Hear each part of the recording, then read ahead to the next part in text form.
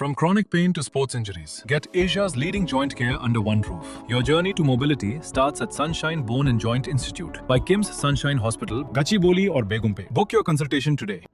తెలంగాణ రాష్ట్రంలో భిన్న వాతావరణాలు నెలకొంటున్నాయి. ఒకవైపు ఎండ, మరోవైపు వాన. అసలు ఎందుకు వాతావరణంలో మార్పులు వచ్చాయో ప్రస్తుతం మనతో పాటు వాతావరణ శాఖ అధికారి శ్రావణి ఉన్నారు. మ్యామ్, ఒక్కసారిగా ఎందుకు వాతావరణంలో ఎలాంటి మార్పులు వచ్చాయి?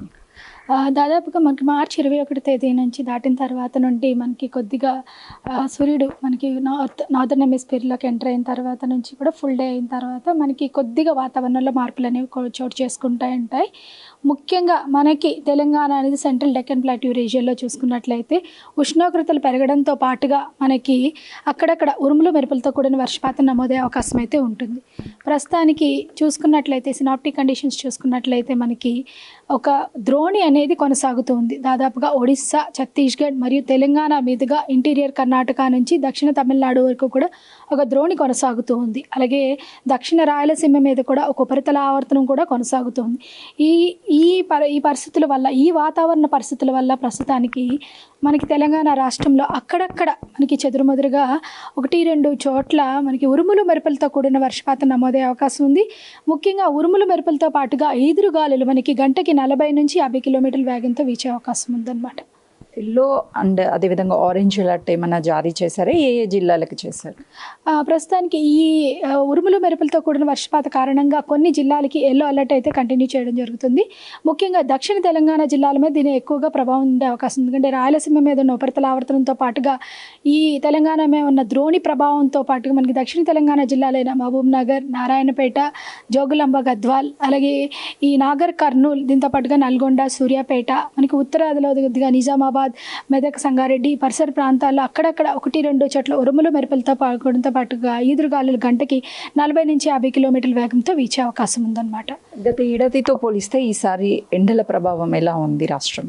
ప్రస్తుతానికైతే ఇంకా మనకి అత్యంతంగా వేసవి అయితే ఇంకా పూర్తిగా స్టార్ట్ అవ్వలేదు.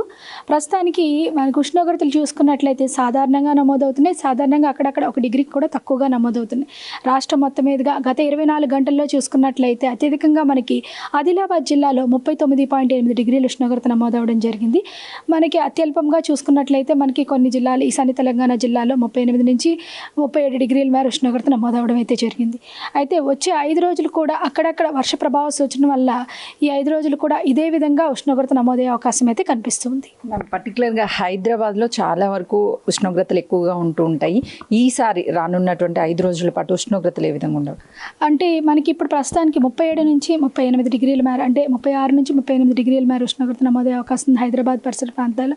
అర్బన్ రీజియన్లో చూసుకున్నట్లయితే మనకి అర్బన్ రీజియన్లో పీక్గా మనకి 37 నుంచి 38 డిగ్రీల మేర నమోదయ్యే అవకాశం ఉంది.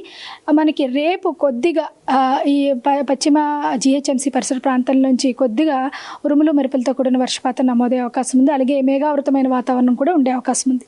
తదుపరి మనకి ఎల్లుండి నుంచి కొద్దిగా మేఘావృతమైన వాతావరణం ఉంటూనే అక్కడక్కడ చిరుజల్లులు కురిసే అవకాశం అయితే కనిపిస్తుంది. ఉష్ణోగ్రతలు ఏమన్నా పెరిగే ఛాన్స్ ఉందామా ఈ 2-3 రోజులు?